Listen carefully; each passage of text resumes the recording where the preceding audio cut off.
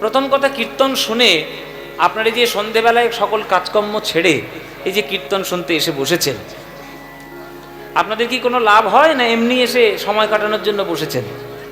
লাভ আছে তো। কি মায়েরা, লাভ আছে? কীর্তন শুনলে লাভ হয়? ওই এরা যত না বলছে, তুই তো বেশি বলছিস। কি লাভ আছে তোর? পাপ ক্ষয় করবি? কত বড় পাপী নিয়ে ঘুরছে দেখেছেন? আমার দলেই কত বড় পাপী আছে দেখো, বলে পাপ ক্ষয় করবো বলে কীর্তন শুনতে এসছে। ও মায়েরা, তোমরাও কি তাই করতে এসছো? আরে কীর্তন শুনলে পাপ ক্ষয় হবে সে তো এমনি ব্যাপার, ওটা তো এমনি যাবে। জলে স্নান করলে গা ঠান্ডা হবে তো স্বাভাবিক ব্যাপার, এতে আবার আশ্চর্যের কি আছে? তাহলে কীর্তন শুনে শুধু পাপ ক্ষয় করা লক্ষ্য নয়, তাহলে কীর্তন শুনলে আর কি হয়? আবার কি আছে?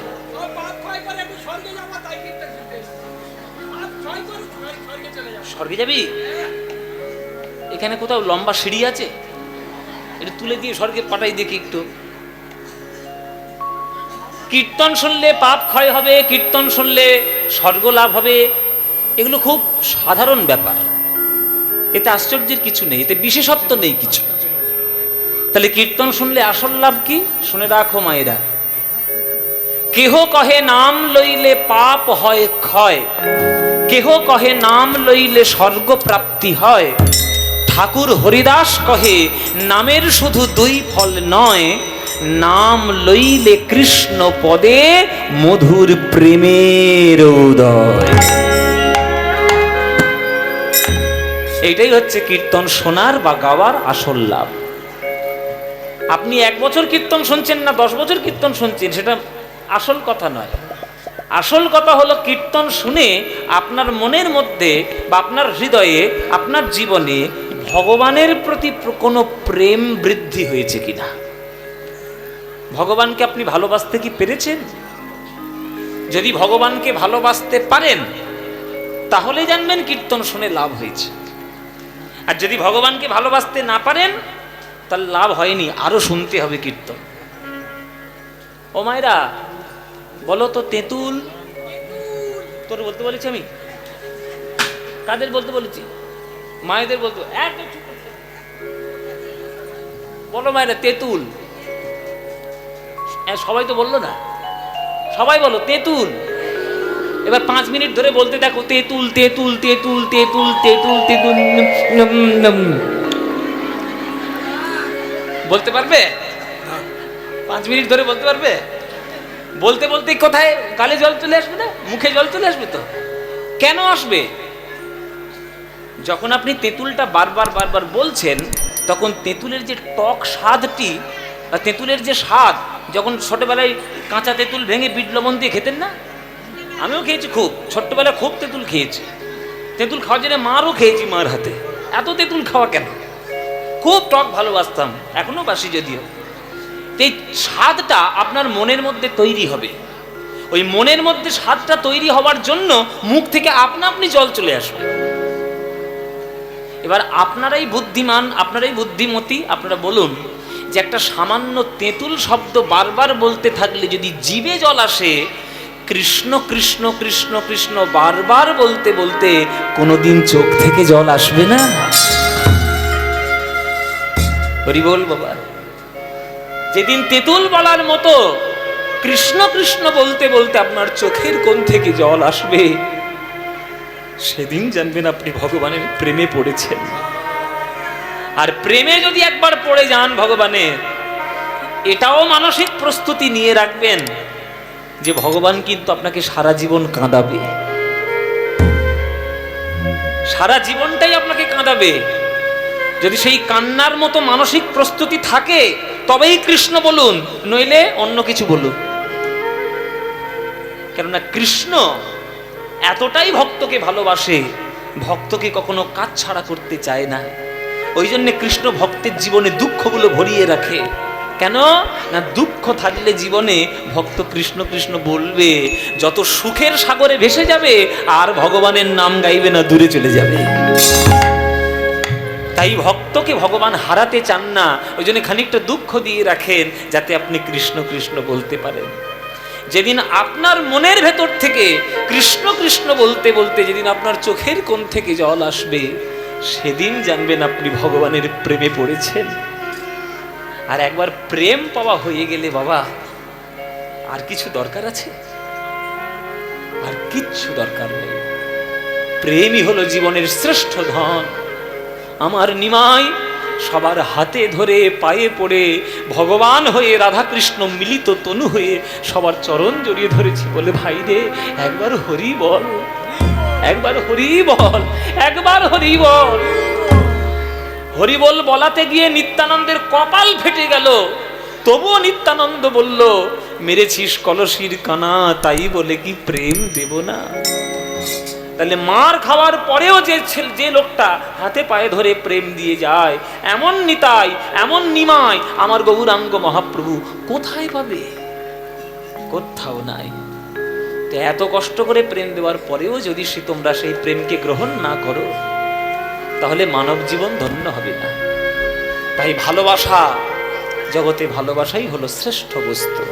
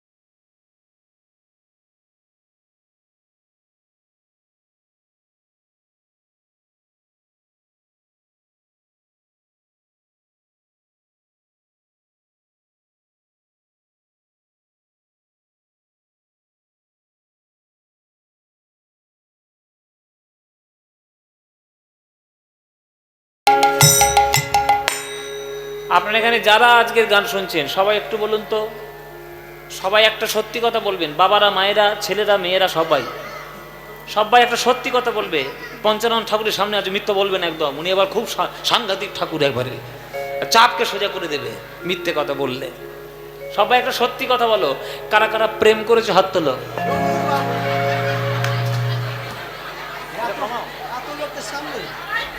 হ্যাঁ বাবা, সবাই প্রেম করেছে। মায়েরা অনেকে মনে মনে ভাবছে, বাবা যদিও বা করে থাকি তুমি বলবো নাকি? বলা যাবে না। আমি প্রেম করেছি না করেছি তোমার জন্য কি হবে? শুনে রাখুন, আপনারা যারা যারা বলছেন আমি প্রেম করেছি, কিচ্ছু করেননি, ছাই করেছে। প্রেম কাকে বলে জানেনও না, আমিও জানি না, আপনারাও কেউ জানেন না। প্রেম যদি এত সহজ হতো, তাহলে অলিতে গলিতে রাধারানী ঘুরে ঘুরে বেড়াতো। অলিতে গলিতে রাধারানী পাওয়া যায় বাবা? বিশ্বব্রহ্মাণ্ডে রাধারানী কটা আছে? একজনই আছে। এই বিশ্বব্রহ্মাণ্ড ওই একজনই জানেন যে কৃষ্ণকে কি করে ভালোবাসতে হয়। ওই জন্য রাধা কৃষ্ণের লীলা কীর্তনের আসরে এসে শুনতে হয় যে রাধারানী কিভাবে কৃষ্ণকে ভালোবেসেছে।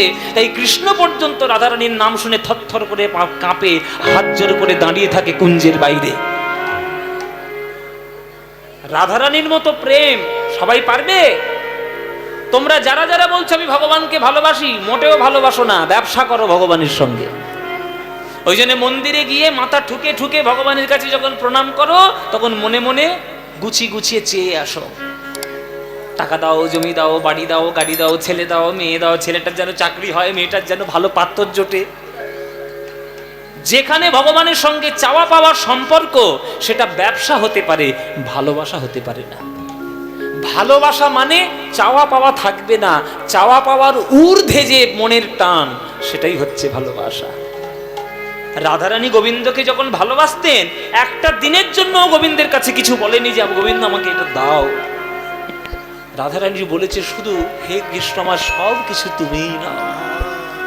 আমি একটা পান সাজিয়েছি প্রভু, তোমাকে যেন সেবা দিতে পারি। আমি একটা মালা তৈরি করেছি প্রভু, আমি যেন তোমার গলায় পরিয়ে দিতে পারি। আমি যা একটা সোনার ঘটিতে জল রেখেছি, তুমি যেন এসে পা ধুও প্রভু। তাই তার সকল কিছু প্রভুর জন্য, আর আমরা ভগবানের মন্দিরে তাকে ডাকতে যাই শুধু আমার জন্য। ওই জন্য আত্মেন্দ্রিয় প্রীতিবাঞ্ছা তারে বলি কাম, আর কৃষ্ণেন্দ্রিয় প্রীতি ইচ্ছাই ধরে প্রেম নাম। এত সহজ নয় বাবা। এখন তো আমরা সিরিয়াল আর সিনেমা দেখতে দেখতে এখন প্রেমের মানে শিখেছি I love you. I love you বলে দিলেই প্রেম হয়ে যায়। থরি হয়? কিচ্ছু হয় না, ওগুলোতে ন্যাকামো বেশি হয়। সব আই লাভ ইউ, আমি তোমায় ভালোবাসি, যেগুলো নায়ক নায়িকাদের শিখছেন ওগুলোতে ন্যাকামো হয়, ভালোবাসা হয় না। ভালোবাসা খুব কঠিন জিনিস। যে পারবে সে পারবে, যে পারবে না তার দ্বারা হবে না। ওই জন্য এক একজনের ভাগ্যে হয়। বিষ্ণুপ্রিয়া গৌরাঙ্গকে ভালোবেসেছেন। সারা বিশ্ব ব্রহ্মাণ্ডে কটা বিষ্ণুপ্রিয়া আছে? এই তো বাংলায় এতগুলো মেয়ে, একজনও বিষ্ণুপ্রিয়া হতে পারবে? ওই একজনই পারবে, ওই একজনই পেরেছে।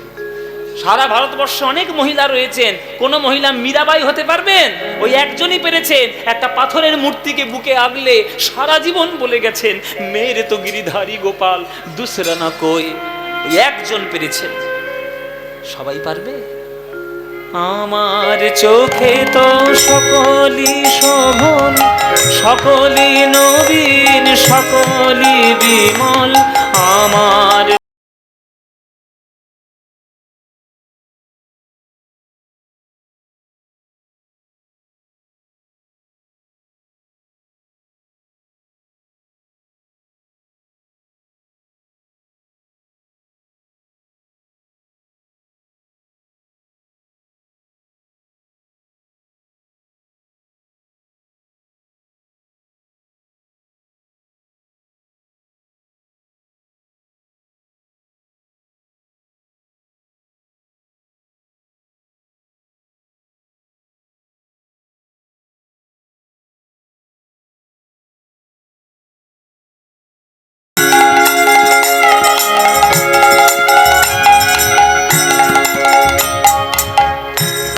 সে হাসিতে হাসিতে ঝরে, জোছনা হাসিয়া মিলায়ে যায়।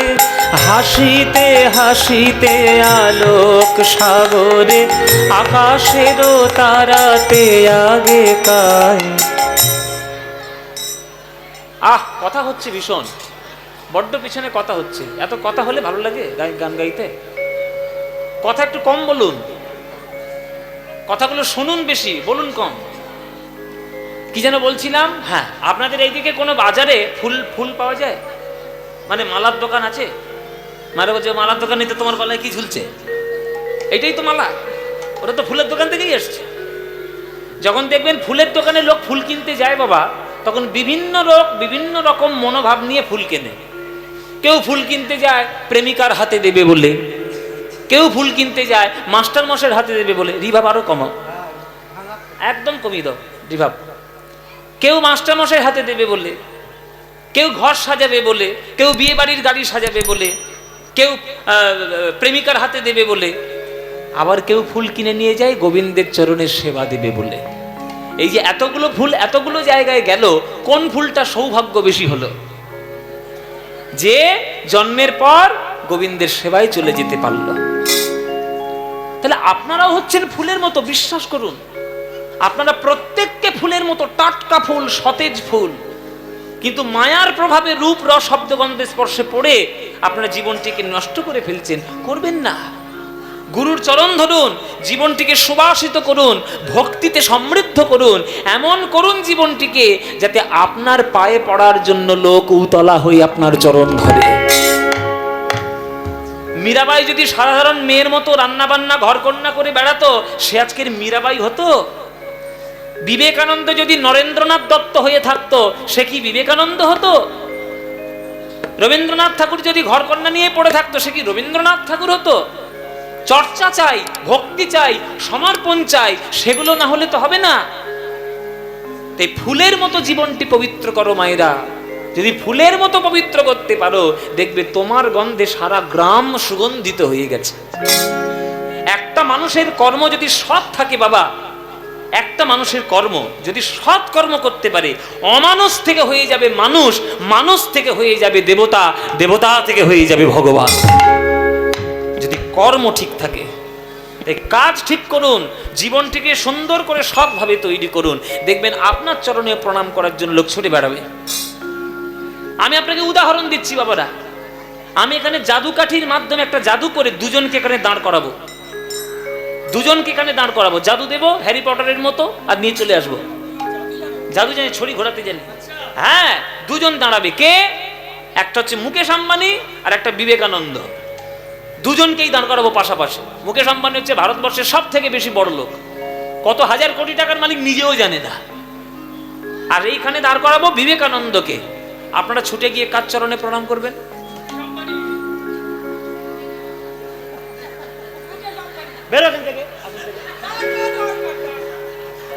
ও মায়েরা, তোমরা কার চরণে প্রণাম করবে?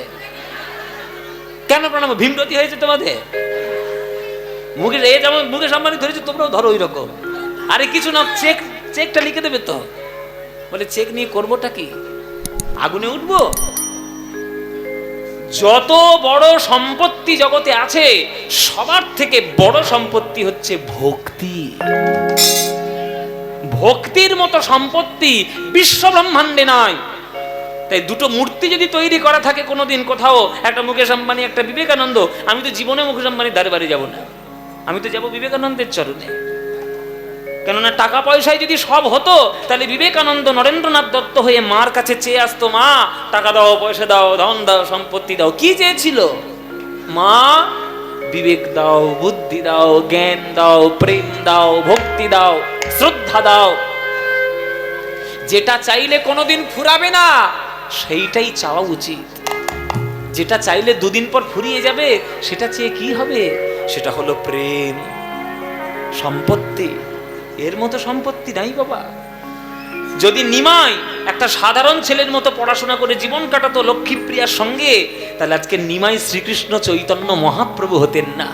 আর আজকে তার নাম নিয়ে কীর্তন শোনার জন্য আপনার এই বাহাদুরপুর গ্রামে এসে বসতেন না। তাই জীবনটিকে সুগন্ধিত করুন ফুলের মতো, করতে পারলেই আপনার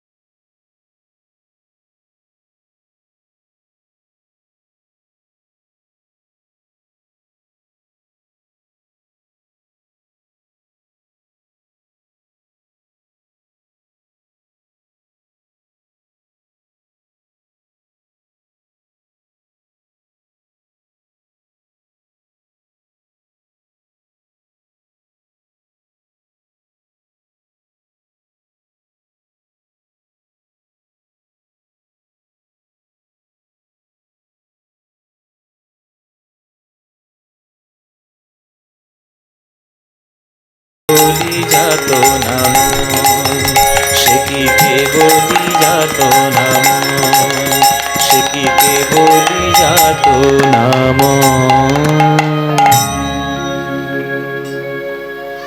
রবীন্দ্রনাথ ঠাকুরের গান। এই গানগুলোই শুনতে হয়। এই গানগুলো শুনলে তবেই মনের মধ্যে প্রেম আসবে। এইগুলোই হচ্ছে সত্যিকারের প্রেমের গান। 100% লাভ লাভ লাভ লাভ। ও থরি সব প্রেমের গান, ছাই সব গান ছাই ফেলে দিন একেবারে দূর করে জীবন থেকে। সকালবেলা উঠে যদি প্রেম করতে চান, সকালবেলা উঠে রবীন্দ্রনাথের গান শুনুন, প্রেম পেয়ে যাবে। কাকে বলে প্রেম? তা প্রেম দিয়েছে গৌরাঙ্গ, প্রেম দিয়েছে নিমাই। বাঙালি হয়ে জন্ম নিয়েছি, সেও বাঙালির ছেলে, আপনারাও বাঙালি। সময় পেলে ওই বাঙালিটাকেই বুকের মধ্যে জড়িয়ে রাখুন, গৌরাঙ্গকেই জড়িয়ে রাখুন, দেখবেন জীবনে অনেক কিছু পেয়ে যাবেন। সকাল হোক, সন্ধে হোক, দিন হোক, রাত হোক, সময় পেলেই আপনি গৌরাঙ্গের নাম করুন বাবা। ভজ গৌরাঙ্গ কহ গৌরাঙ্গ, লহ গৌরাঙ্গের নাম রে। ভজ গৌরাঙ্গ কহ গৌরাঙ্গ, লহ গৌরাঙ্গের নাম রে। এই গানটা ভাল লাগে? তাহলে গাইবো, নইলে বন্ধ করে দেবো। গাইবো? ভাল লাগে মায়েরা? সত্যি বলছো? সত্যি? সিরিয়ালের দিব্যি, সিরিয়ালের দিব্যি। সিরিয়াল বেশি ভাল লাগে না কীর্তন? কীর্তন। তাহলে এই গানটা ভাল লাগে তো? ভজ গৌরাঙ্গ কহ গৌরাঙ্গ, লহ গৌরাঙ্গের নাম রে। এ গান মনের গান, প্রাণের গান। মায়েরা, এ গান তোমাদের যাদের যাদের ভাল লাগে না, উলুধ্বনি দাও জোরে জোরে।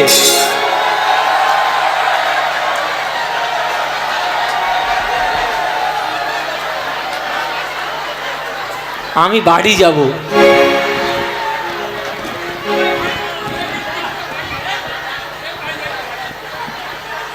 কি বললাম আর কি করে ফেললো দেখো বাবা।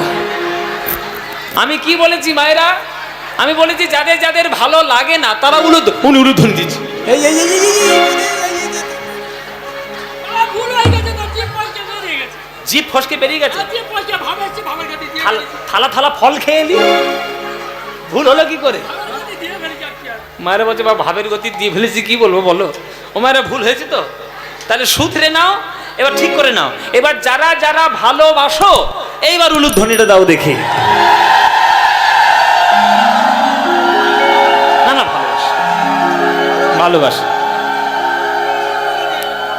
ভুল করে দিয়ে ফেলেছে তা কি করবে? ভালো যখন বাসো তাহলে করতালি দিয়ে গানটা গাইতে পারবে।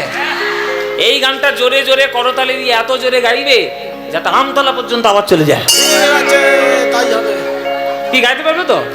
চলো সবাই মিলে আমরা গাইব। ভজ গৌরাঙ্গ কহ গৌরাঙ্গ, লহ গৌরাঙ্গের নাম রে। বলো ভজ।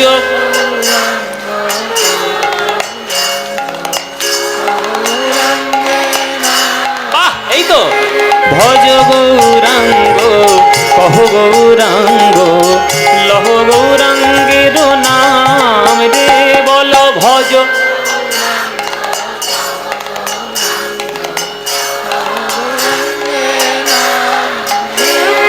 যে জনা গৌরাঙ্গ ভজে সে হয় আমার প্রাণ রে। বলো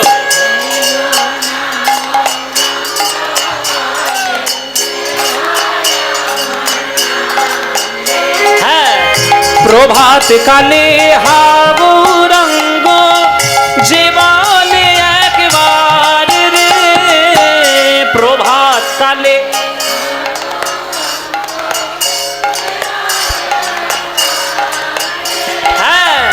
দিন গেলে হা গৌরাঙ্গ যে বলে একবার রে। দিন গেলে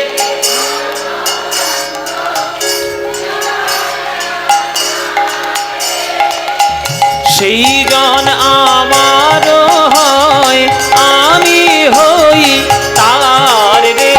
বলো সে জন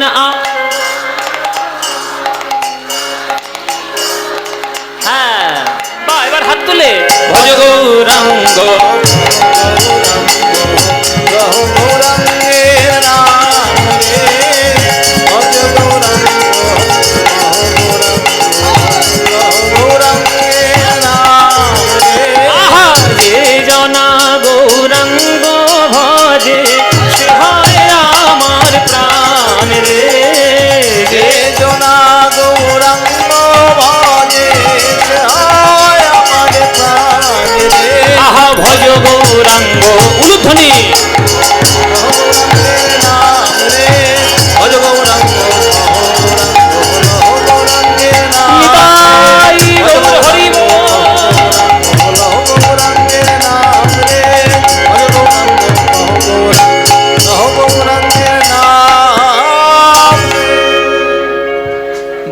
আনন্দ হয়েছে? হয়নি আনন্দ? এই আনন্দ আর কোথাও পাবে? এই আনন্দ পেতে গেলে প্রত্যেক বছর এইখানে কীর্তন শুনতে আসতে হবে। কি আসবে তো? প্রতি বছর আসবে? ব্যাস, তোমরা এলেই আনন্দ হবে। হ্যাঁ, আমি ফের নিয়ে আসবে? আমার সময় সুযোগ হলে আমার ঠিক চলে আসা হবে। কিন্তু তোমরা যে কীর্তনটা করলে, আজকের কীর্তনই আর আসরে বলে হবে না, নিজের জীবনে প্রত্যেকটা দিন ঘরের মধ্যে নিজেই করবে বসে, তবে কাজের কাজ হবে, নইলে হবে না। কেমন? চলো, আজকে আমরা গৌরচন্দ্রিকা আস্বাদন করলাম, এবার আমরা একটু পালার মধ্যে যাব। তোমরা সবাই ছুটে এসছো কীর্তন শুনতে, কীর্তন আস্বাদনের জন্য। আমরা সবাই এসেছি, কীর্তন পেয়েছি কার কাছ থেকে? মহাপ্রভুর কাছ থেকে। তো আজকের আমরা এমন একজন ভক্তের কথা আস্বাদন করব, যিনি কীর্তন জগতে এসেছিলেন বলে কীর্তন আজ এত উন্নত হয়েছে এবং লোকের কাছাকাছি পৌঁছে গিয়েছে, সবার কাছে কাছে পৌঁছে গেছে। সেই ভক্তের কথা, তার জন্ম থেকে মৃত্যু পর্যন্ত সব ঘটনা আজকের আমরা আস্বাদন করব। আজকের যে ভক্তের কথা আমি বলবো, যে ভক্তের কথা আস্বাদন করব, তার নামটা আমি এক্ষুনি বলবো না, আপনাদের দুটো সূত্র দেব, আপনারা শুনে বলুন যে আপনারা কতটা কীর্তন শুনেছেন। আমি দেখব যে শুনে বলুন সেই গান দুটো কার লেখা, তারই লীলা, তারই জীবন আজকের আমরা গাইব। প্রথম গান, প্রথম সূত্র, যেখানেই কীর্তন হয় দুপুর বেলায় নিশ্চয়ই ভোগারতি হয়। আপনাদের এখানে ভোগারতি হয় দুপুর বেলায়? তা দুপুর বেলায় যখন ভোগারতি হয় গৌরাঙ্গ মহাপ্রভুর, তখন একটা গান গাইতে হয়। সে গানটা না গাইলে মহাপ্রভুর ভোগ তো ঠিক লাগে না, ঠিক হয় না। সে গানটা কি?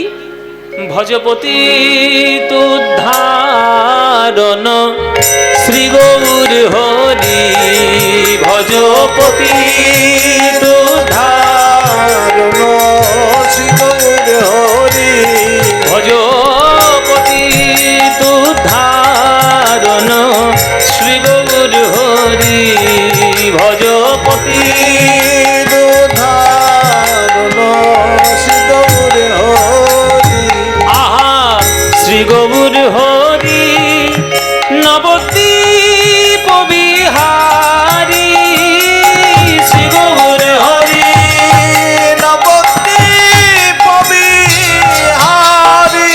ভগদীন দয়াময় হিতকারী, ভজপতি তুধারণ শ্রী গৌর হরি। এই গানটা না গাইলে মহাপ্রভুর ভোগ হয় না। আপনি দক্ষিণ 24 পরগনা বলুন, হাওড়া, হুগলি, বীরভূম, বর্ধমান, মুর্শিদাবাদ, সারা বাংলা, পুরো বাংলা জুড়ে যেখানে যেখানে গৌরাঙ্গ মহাপ্রভুর মূর্তি আছে, এই গানটা না গাইলে মহাপ্রভুর ভোগ হবেই না। এই গানটা কার লেখা? যার লেখা তার জীবন আজকের আমরা গাইব, তার লীলা গাইব, তার পালা। তাহলে প্রথম ক্লু সূত্র দিলাম, আপনারা উত্তর দিতে পারলেন না। এবার দ্বিতীয় সূত্র, হরিহরয়ে নম কৃষ্ণ যাদবায় নম, হরিহরয়ে নম কৃষ্ণ যাদবায় নম, হরিহরয়ে নম কৃষ্ণ যাদবায় নম, হরিহরয়ে নম কৃষ্ণ যাদবায় নম। আজ গোপাল গোবিন্দ রাম শ্রী মধুসূদন, গোপাল গোবিন্দ রাম শ্রী মধুসূদন।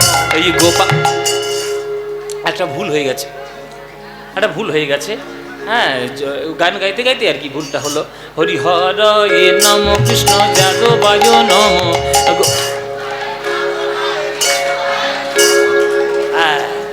মায়েরা ঠিক বলেছে, এই মায়েরা ঠিক বলেছে। আজকে মায়েদের কি আজকের আনন্দ কীর্তনী আর ভুল ধরেছি আমরা।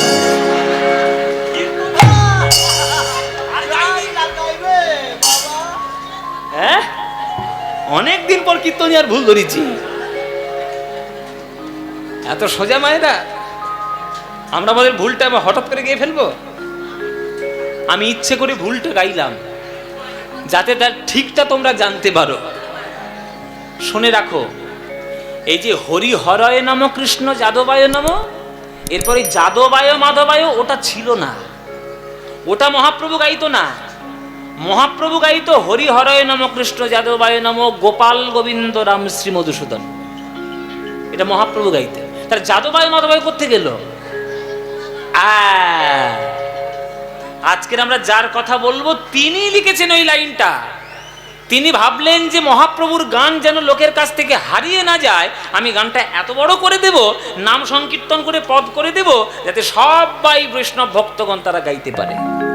তো এই হরি হরয় নম কৃষ্ণ যাদবায় নম, এটা মহাপ্রভুর কথা রেখে তারপরে দ্বিতীয় লাইনে তিনি লিখলেন যাদবায় মাধবায় কেশবায় নম। 3 নম্বর লাইনটা আবার মহাপ্রভুর কথা, গোপাল গোবিন্দ রাম শ্রী মধুসূদন। 4 নম্বর লাইন থেকে পুরো গানটা ওনারই লেখা, গিরিধারী গোপীনাথ মদন, শ্রী চৈতন্য নিত্যানন্দ অদ্বৈত সীতা হরি গুরু বৈষ্ণব। বাহ, এ তো বেশ ভালোই গানটা মুখস্থ দে। হ্যাঁ, সবাই খুব ভালো। এইগুলো হচ্ছে পদাবলী। এই যে তোমরা গানগুলো শুনছো, যে গাইছো, এইগুলোই হচ্ছে পদাবলী। এইগুলোই গাইতে হয় কীর্তনে। কে আনিল রে, কোথায় ছিল রে, মধুমাখা কৃষ্ণ নাম নাম নাম নাম, এটা কীর্তন নয়। যেটা এখন শুরু করেছে সবাই, চারদিকে সব শুরু হয়েছে ভাইরাল কীর্তন, ওগুলো সব ছাই কীর্তন। একদম শুনবেন না, সব ভেজাল কীর্তন সব। এই যেটা আপনারা গাইছেন, নিজেরা গাইছেন যেটা, এইটা পদাবলী, এটাই আসল কীর্তন।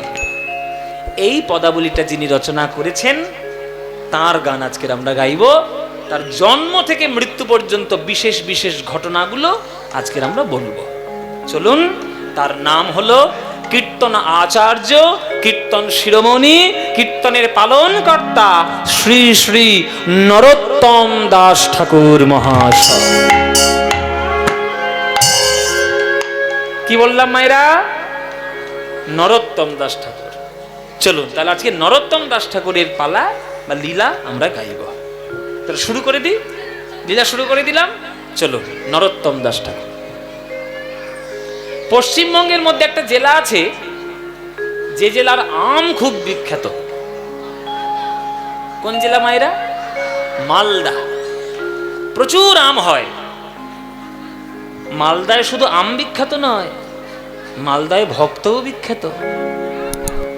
এই মালদায় রামকেলি বলে একটা গ্রাম ছিল, আর সেই গ্রামে দুজন ভক্ত বাস করতেন, মহাপ্রভুর অত্যন্ত প্রিয়।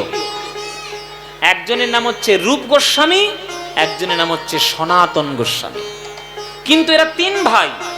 ছোট ভাইয়ের নাম ছিল অনুপম, কিন্তু সে তাড়াতাড়ি মারা গেছিল। তার ছেলে ছিল জীব গোস্বামী। তার রূপ আর সনাতন এরা ছিল তখনকার দিনের পুরো বাংলার মন্ত্রী। রূপ গোস্বামী ছিল অর্থমন্ত্রী, সনাতন গোস্বামী ছিল প্রধানমন্ত্রী। আর বাংলা মানে ভাববেন না যে শুধু পশ্চিমবঙ্গ। আজ থেকে 500 বছর আগেকার বাংলা মানে শুধু পশ্চিমবঙ্গ নয়, পশ্চিমবঙ্গ, পূর্ববঙ্গ, ত্রিপুরা, আসামের অনেক অংশ, এইগুলোকে নিয়ে গোটা তখন বাংলা ছিল। তাহলে পশ্চিমবঙ্গ, পূর্ববঙ্গ, বাংলাদেশ করতে গেলে এগুলো তো ইংরেজরা তৈরি করেছে।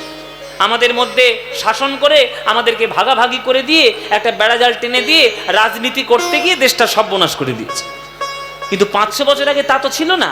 500টা বছর আগে পুরো গোটা ছিল বাংলা, আর এই গোটা বাংলার প্রধানমন্ত্রী ছিল সনাতন গোস্বামী, আর গোটা বাংলার অর্থমন্ত্রী ছিল রূপ গোস্বামী। তা এরা মহাপ্রভুর অত্যন্ত ভক্ত। তা মহাপ্রভু মনে মনে ভাবলো যে এরা এত বড় শিক্ষিত, শাস্ত্র জানে, পড়াশোনা করেছে, এরা সামান্য টাকার জন্য মায়ার সেবা করবে, আমি করতে দেব না। আমি ওদেরকে উদ্ধার করব। ওই দুটো লোককে আমার দরকার। ওই দুটো লোক আমার কাছে না এলে বৈষ্ণব জগৎ সমৃদ্ধ হবে না। তাই মহাপ্রভু দল বল নিয়ে মহাপ্রভু চললেন রূপ সনাতন গোস্বামীকে উদ্ধার করতে মালদায়। মালদায় চলে যাচ্ছে আমার গৌরাঙ্গ মহাপ্রভু। গিয়ে রূপ সনাতনকে উদ্ধার করলেন। রূপ সনাতন তো চাকরি বাকরি ছেড়ে দিল, মন্ত্রিত্ব ছেড়ে দিল, সব কিছু ছেড়ে দিয়ে প্রভুর চরণ তলে পড়ল। প্রভু, তোমার জন্যই আমাদের সব, তুমি আমাদের উদ্ধার করতে এসছো, আমাদের জীবন ধন্য, আর কি চাই আমাদের জীবনে। ব্যাস, রামকেলি গ্রামে রূপ সনাতন গোস্বামী উদ্ধার হলো, উদ্ধার হয়ে গেল। এবার উদ্ধার করে দিয়ে আমার নিমাই আমার গৌরাঙ্গ মহাপ্রভু পদ্মা নদীর জলে স্নান করতে গেছে। রামকেলির গ্রামের গা ঘেঁষে একটা নদী বাংলাদেশের দিকে চলে যাচ্ছে, ওই নদীটার নাম হচ্ছে পদ্মা নদী। একটা নদী তো ফারাক্কা ব্রিজ থেকে আমাদের দিকে চলে এলো বাবা, যেটা আমাদের ভাগীরথী গঙ্গা, আর আরেকটা ধারা বাংলাদেশের দিকে চলে গেছে, ওটা হচ্ছে পদ্মা। হ্যাঁ, ওই যে পদ্মা জিনিস খেয়েছেন তো, ওই পদ্মা। এদিকে হচ্ছে গঙ্গা, ওদিকে হচ্ছে পদ্মা। এই পদ্মা নদীর তীরে হচ্ছে রামকেলি গ্রাম। এবার মহাপ্রভু স্নান করতে নেমেছে পদ্মা নদীর জলে। এবার যে স্নান করতে নেমেছে, স্নান করছে, স্নান করতে করতে হঠাৎ আমার মহাপ্রভু চমকে উঠেছে, থরথর করে কাঁপছে। কাঁপতে কাঁপতে মহাপ্রভুর মুখ থেকে অনর্গল একটা নাম, অদ্ভুত নাম প্রকাশিত হচ্ছে। একটা নাম ধরে মহাপ্রভু ডাকছে। কি নাম? নরু নরু বলি প্রভু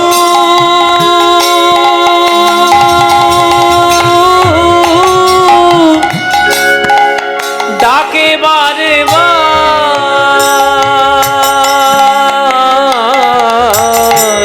নরু নরু বলি প্রভু, ওরে নরু রে,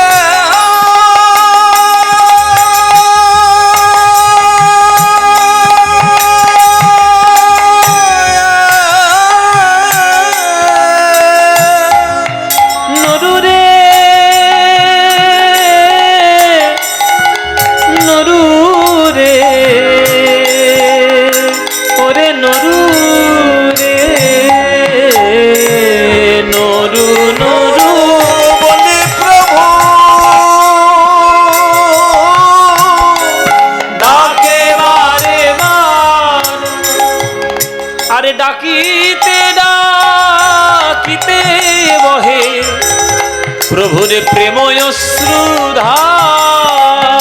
ডাকিতে ডাকিতে বহে প্রেময় শ্রুধা।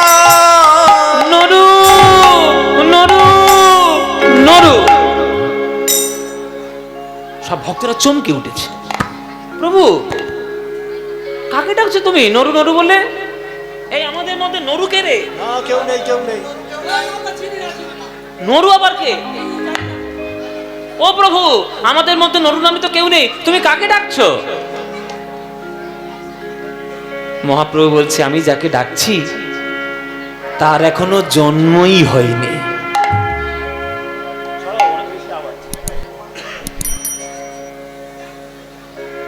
আমি যাকে ডাকছি তার এখনো জন্ম হয়নি। তার জন্ম কিছুদিন পরে হবে। তার ভালো নাম হবে নরোত্তম, আর ডাক নাম হবে নরু।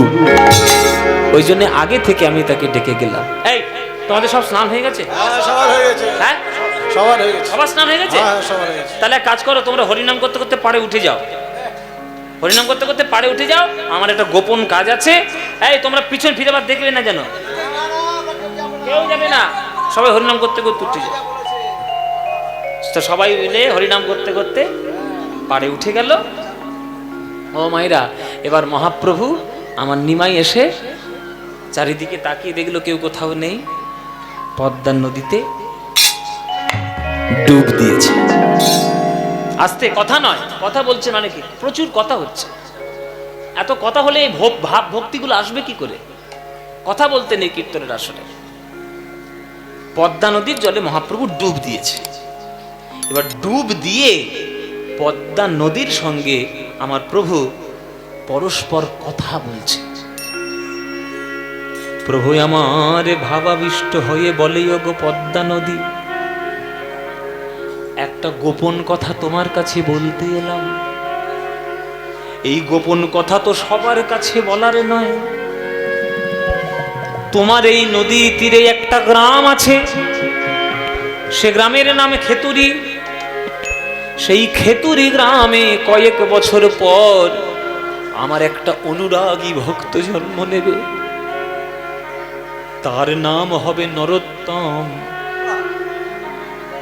ওগো পদ্মা নদী, তোমার জলে যখন আমি স্নান করছি, কৃষ্ণ কৃষ্ণ বলে যে নয়ন ধারা তোমার জলে মিশে যাচ্ছে, আমার এই প্রেম নয়নের ধারা তুমি তোমার হৃদয়ে বন্দি করে রেখো, সযতনে তুলে রেখে দিও। যেদিন আমার নরোত্তম তোমার জলে স্নান করতে আসবে, আমি তোমার উপরে দায়িত্ব দিয়ে গেলাম, আমার এই প্রেম তুমি তারে দিবে, আমার আমার এই প্রেমে তুমি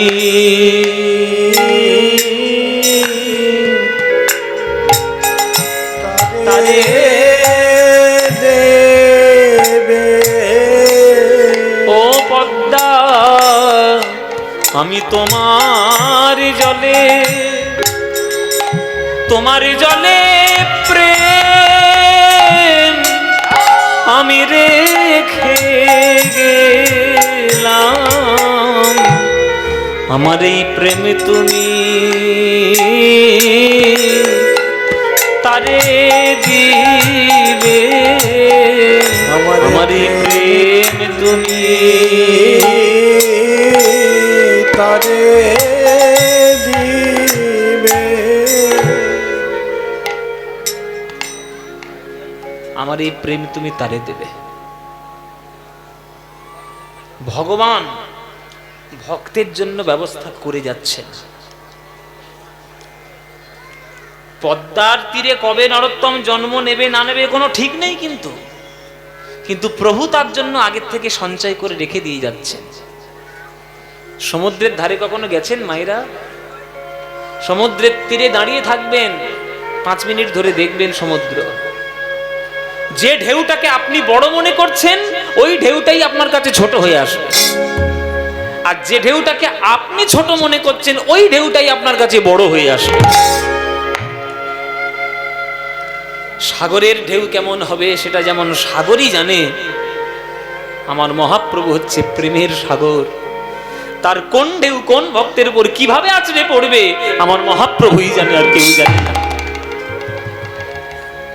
যখন বলেছে পদ্মা নদীকে যে আমার প্রেম তুমি সযত্নে রেখে দাও, আমার পদ্মাতে যখন নরোত্তম স্নান করবে তুমি তাকে দেবে, তখন পদ্মা নদী হাত জোড় করে বলছে, ওগো প্রভু, আমি তো তোমার মতো ভগবান নই,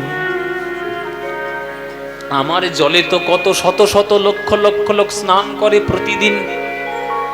তোমার নরোত্তম যেদিন আমার জলে স্নান করতে আসবে, আমি কেমন করে বুঝবো সেটাই হলো নরোত্তম, আমি কেমন করে তোমার প্রেম তাকে দেব?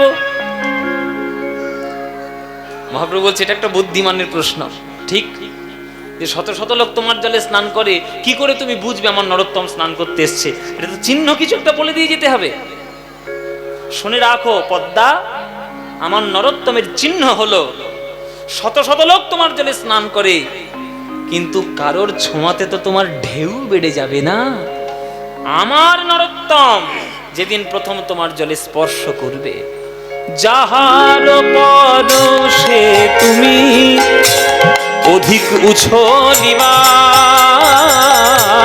যাহার পরশে তুমি অধিক উছলিবা, যাহার পরশে তুমি অধিক উছলিবা, যাহার পরশে তুমি অধিক উছলিবা, আমার এই প্রেম তুমি তাহারে দিবান। তাই হরি হরি আমার এই প্রেম তুমি তাহারে দিবা।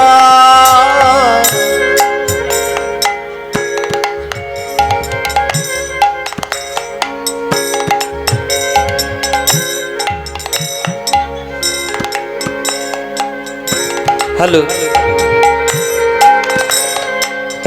যারে পরশে তোমার তরঙ্গ বাড়বে, পরশে তোমার তরঙ্গ বাড়বে, আমার নরোত্তম তুমি বুঝতে পারবে, পরশে তোমার তরঙ্গ বাড়বে, বুঝতে পারবে, পরশে তোমার তরঙ্গ বাড়বে। আমার নরোত্তম তুমি বুঝতে পারবে, মুখে হরি হরি হরি বলবে। নরোত্তম নরোত্তম তুমি বুঝতে পারবে, সে মুখে কৃষ্ণ কৃষ্ণ কৃষ্ণ বলবে। নরোত্তম তুমি বুঝতে পারবে, হরি হরি হরি বলবে। পরশে তোমার তরঙ্গ বাড়বে, আমার এই প্রেম তুমি তাহারে দিবা। আমার এই প্রেম তুমি তাহারে দিবা। এই হচ্ছে চিহ্ন। আমার নরোত্তম তোমার জলে যেদিন প্রথম স্পর্শ করবে, ওই স্পর্শে তোমার ঢেউ শতগুণে বৃদ্ধি পাবে, সেটাই জানবে নরোত্তম। আর তাকেই তুমি আমার এই চোখের জল প্রেম তুমি তাকে প্রদান করবে। হরে কৃষ্ণ কৃষ্ণ কৃষ্ণ হরে হরে, হরে রাম রাম রাম হরে হরে। হরে কৃষ্ণ